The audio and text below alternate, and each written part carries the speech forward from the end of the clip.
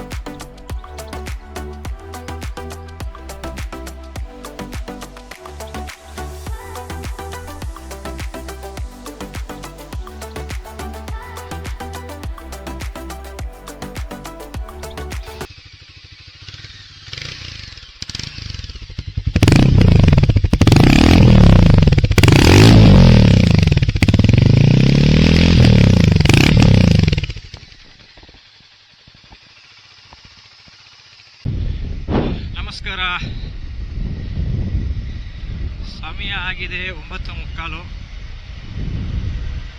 ಬೆಳಗ್ಗೆ ನಮ್ಮ ಫ್ರೆಂಡ್ ಜೊತೆ ಒಂದು ಟೀ ಮೀಟಿಂಗ್ ಬಂದಿದ್ದೆ. ಒಂದು ಟೀ ಕುಡಿದ್ಬಿಟ್ಟು ಮಾತಾಡೋಗೋಣ ಅಂತೇಳಿ ಫ್ರೆಂಡು ಒಂದು 15-20 ಕಿಲೋಮೀಟ್ರ್ ದೂರ ಬಂದಿದ್ದೆ ಮನೆಯಿಂದ. ಈಗ ವಾಪಸ್ ಹೋಗ್ತಾ ಇದ್ದೀನಿ. ಇವತ್ತು ನಾನು ಹಾರ್ಲಿ ಡೇವಿಡ್ಸನ್ ತಗೊಂಬಂದಿದ್ದೀನಿ. ಯಾಕೆಂದರೆ ಒಂದು ಕಾರಣ ಇತ್ತು. ಬರಬೇಕಾದ್ರೆ ಹಿಂದಿನಲ್ಲಿ ಒಂದು ನನ್ನ ಎಕ್ಸ್ಪೀರಿಯನ್ಸ್ ಶೇರ್ ಮಾಡೋ ಒಂದು ವಿಡಿಯೋ ಮಾಡಬೇಕಿತ್ತು. ಹಿಂದಿನಲ್ಲಿ ಮಾಡಿದೆ, ಬಟ್ ಈಗ ವಾಪಸ್ ಹೋಗ್ತಾ ಕನ್ನಡದಲ್ಲಿ ಮಾಡೋಣ ಅಂತಿದ್ದೀನಿ. ರಿವ್ಯೂ ಅಂತ ತಿಳ್ಕೊಬೇಡಿ, ಇದು ನನ್ನ ಒಂದು 1.25 ವರ್ಷಗಳ ಎಕ್ಸ್ಪೀರಿಯನ್ಸು ಹಾರ್ಲಿ ಡೇವಿಡ್ಸನ್ ಜೊತೆ. ಹೇಗಿತ್ತು ಅಂದರೆ, ನೀವು ಇದರಲ್ಲಿ ಕಮ್ಮಿಗಳನ್ನು ಹುಡ್ಕೋಕ್ಕಾಗಲ್ಲ. ಯಾಕೆ ಅಂದರೆ ಇದರಲ್ಲಿ ಅದಿಲ್ಲ ಇದಿಲ್ಲ ಅಂತ ಕಂಪ್ಲೇಂಟ್ ಮಾಡೋಕ್ಕಾಗಲ್ಲ. ಇದು ಇದ್ರೆ ಚೆನ್ನಾಗಿತ್ತು ಅಂತ ನೀವು ಅನ್ಕೋಬೋದು, ಅಷ್ಟು ಬಿಟ್ಟರೆ ಹಾಗೆ ಅನ್ಕೊಳ್ಳೋಕೆ ಸಾಧ್ಯ ಇಲ್ಲ. ಇದರಲ್ಲಿ ಅದಿಲ್ಲ ಇದಿಲ್ಲ, ಬೈಕ್ ಚೆನ್ನಾಗಿಲ್ಲ ಅಂಥೇಳಿ. ಆ ರೀತಿ ಇದೆ ಓವರ್ ಆಲ್ ಎಕ್ಸ್ಪೀರಿಯನ್ಸು. ಯಾವುದ್ರಲ್ಲೂ ಏನು ಕಮ್ಮಿ ಇಲ್ಲ. ಪಿಕಪ್ಪಲ್ಲಾಗಲಿ ಅಥವಾ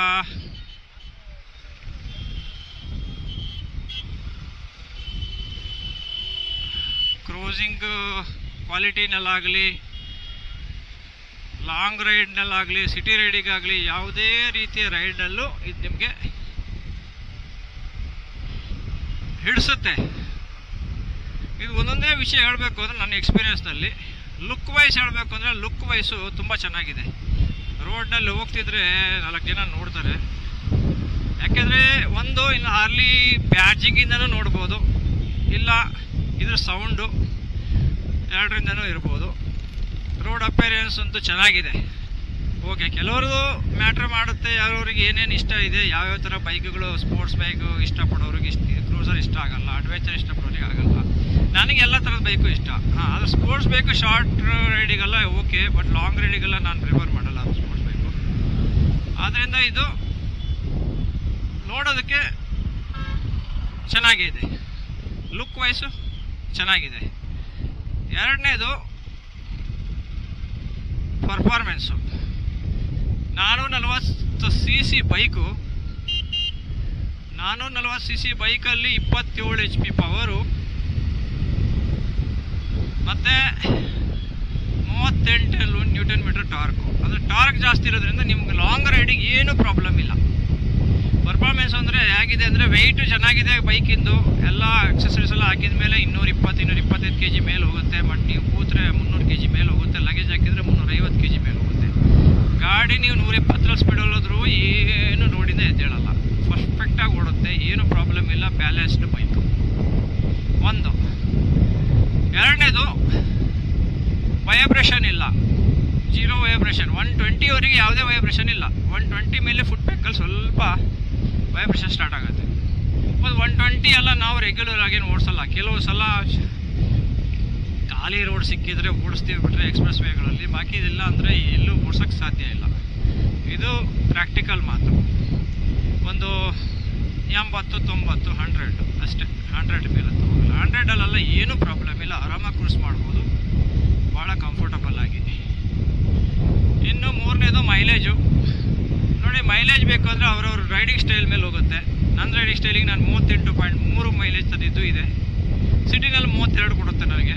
ಓಕೆ.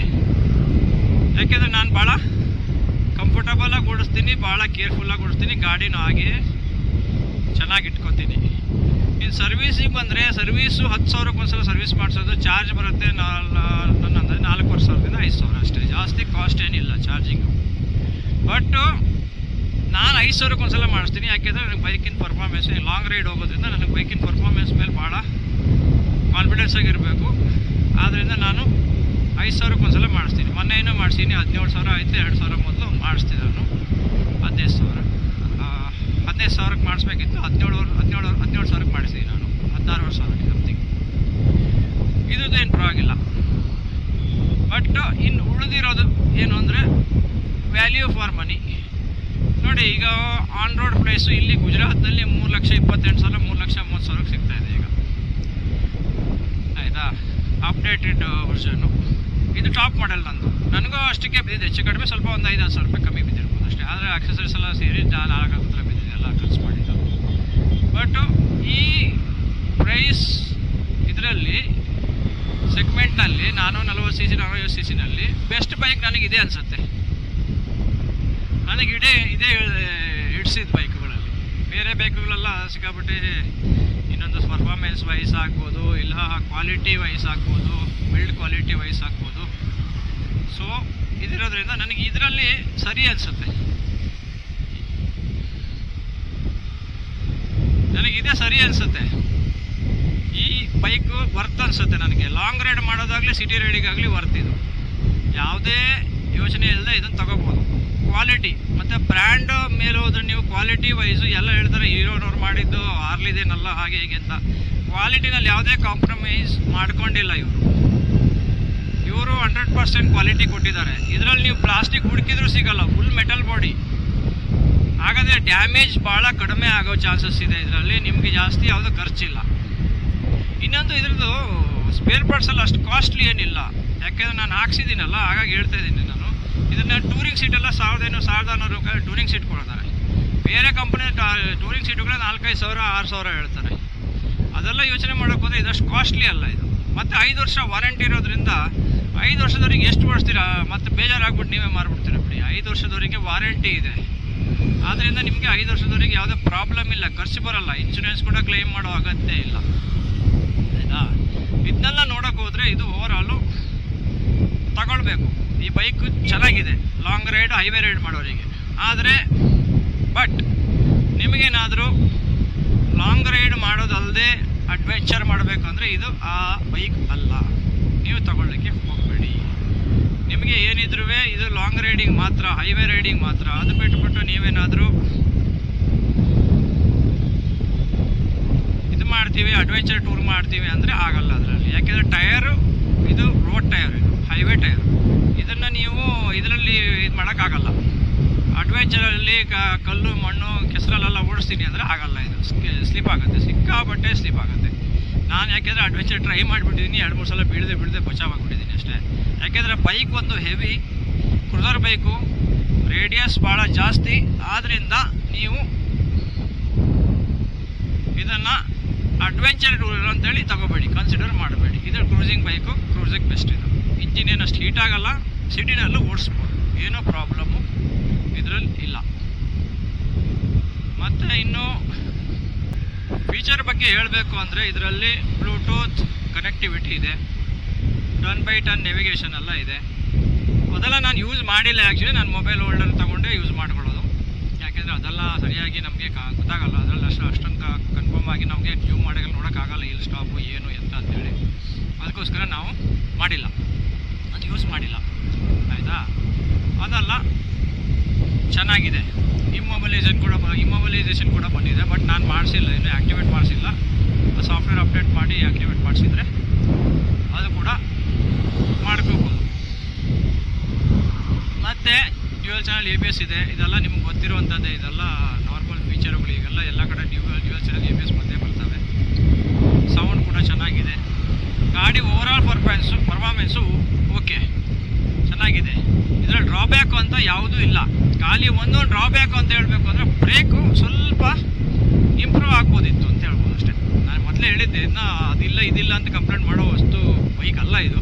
ಬಟ್ ಆದರೂ ನಮ್ಗೆ ಅನಿಸುತ್ತೆ ಕೆಲವು ಸಲ ಬ್ರೇಕಿಂಗ್ ಸಿಸ್ಟಮ್ ಸ್ವಲ್ಪ ಚೆನ್ನಾಗಿದ್ರೆ ಚೆನ್ನಾಗಿರೋದು, ಮತ್ತು ಟಯರ್ ಸ್ವಲ್ಪ ಇನ್ನೂ ಸ್ವಲ್ಪ ಆಫ್ ರೋಡ್ ಅಂತ ಹೇಳಲ್ಲ ನಾನು, ಹೈವೇ ಟೂರಿಂಗ್ ಬೈಕ್ ಥರ ಟೈರ್ ಕೊಟ್ಟಿದ್ದು ಚೆನ್ನಾಗಿರೋದೇನೋ. ಗ್ರಿಪ್ ಸ್ವಲ್ಪ ಕಮ್ಮಿ ಅನಿಸುತ್ತೆ, ಹಿಂದ್ಗಡೆ ಲೋಡ್ ಹಾಕಿದಾಗ ಜಾಸ್ತಿ ಬ್ರೇಕ್ ಹಾಕಿದಾಗ ವೊಬ್ಲಿಂಗ್ ಥರ ಅನಿಸುತ್ತೆ. ವೊಬ್ಲಿಂಗ್ ಅಲ್ಲ, ಬಟ್ ಹಿಂದ್ಗಡೆಯಿಂದ ನಮ್ಮ ಲೋಡು ಜಾಸ್ತಿ ಇದ್ದಾಗ ಬ್ರೇಕ್ ಹಾಕಿದಾಗ ಸ್ವಲ್ಪ ಹಿಂದೆ ಮುಂದೆ ಆಗುತ್ತೆ. ಅದು ಕಾಮನ್ನು ಎಲ್ಲ ಬೈಕ್ಗಳಲ್ಲೂ ಆಗುತ್ತೆ, ಬಟ್ ಇದರಲ್ಲಿ ಸ್ವಲ್ಪ ಜಾಸ್ತಿನೇ ಅನಿಸುತ್ತೆ. ಬೇರೆ ಬೈಕ್ಗಳು ಓಡಿಸಿದ್ದೀನಿ, ಹೆವಿ ಬೈಕ್ಗಳು, ಬಟ್ ಇದರಲ್ಲಿ ಸ್ವಲ್ಪ ನನಗೆ ಜಾಸ್ತಿ ಅಂತ ಅನ್ನಿಸ್ತು. ಇದು ನನ್ನ ಎಕ್ಸ್ಪೀರಿಯೆನ್ಸು, ಇದನ್ನು ರಿವ್ಯೂ ಅಂತ ಕನ್ಸಿಡರ್ ಮಾಡಬೇಡಿ. ಇದು ನನ್ನ ಎಕ್ಸ್ಪೀರಿಯೆನ್ಸು. ನಾನು 17,000 ಓಡಿಸಿರೋದ್ರಿಂದ ನಾನು ಹೇಳ್ತಾ ಇದ್ದೀನಿ. ಲಾಂಗ್ ಒಂದೊಂದು ದಿವಸಕ್ಕೆ 1000 ಕಿಲೋಮೀಟ್ರ್ ಓಡಿಸಿದ್ದಿದೆ ನಾವು, ಅದಕ್ಕೋಸ್ಕರ ನಿಮ್ಗೆ ಹೇಳ್ತಾ ಇದ್ದೀನಿ. ಇನ್ನೊಂದು, ಇದು ಸ್ಟಾರ್ಟ್ ಮಾಡಿದಾಗ ಒಂದು 60 ಕಿಲೋಮೀಟ್ರು 50-60 ಕಿಲೋಮೀಟ್ರ್ ಹೋಗೋವರೆಗೆ ಸ್ವಲ್ಪ ಗಾಡಿ ಅಂದರೆ ಹಂಗೆ ಅನಿಸುತ್ತೆ, ಪುಷ್ ಮಾಡ್ತಾ ಇದೆಯೇನೋ ಅನಿಸುತ್ತೆ. 60 ಆಗಿ ಸ್ವಲ್ಪ ಇಂಜಿನ್ ಹೀಟ್ ಆಯಿತು, ಅದು ನೋಡಿ ಒಳ್ಳೆ ಬೆಣ್ಣೆ ಹೇಗೆ ಹೋಗುತ್ತೆ ಅಂದರೆ ಸಕ್ಕತ್ತಾಗಿ ಹೋಗುತ್ತೆ. ಮತ್ತು ಯಾವುದೇ ಪ್ರಾಬ್ಲಮ್ ಇಲ್ಲ, ನಿಮಗೆ ಕಂಟ್ರೋಲ್ ಮಾಡೋದೇ ಬೇಡ, ಸುಮ್ಮನೆ ಥ್ರೋಟ್ರಲ್ಲು ಲಾಕ್ ಹಾಕ್ಬಿಟ್ಟು ಸುಮ್ಮನೆ ಕುತ್ಕೊಂಡ್ರೆ ಹೋಗ್ತಾ ಇರುತ್ತೆ, ಹಂಗೆ ಏನೂ ಪ್ರಾಬ್ಲಮ್ ಇಲ್ಲ. ಇದರ ನನ್ನ ಎಕ್ಸ್ಪೀರಿಯೆನ್ಸು ಓವರಾಲು ಬೈಕಿಂದು. ಸೊ ನಿಮಗೆ ಇಷ್ಟ ಆಗಿದ್ದರೆ, ನಿಮಗೇನಾದರೂ ಹೆಲ್ಪ್ಫುಲ್ ಆಗಿದ್ದರೆ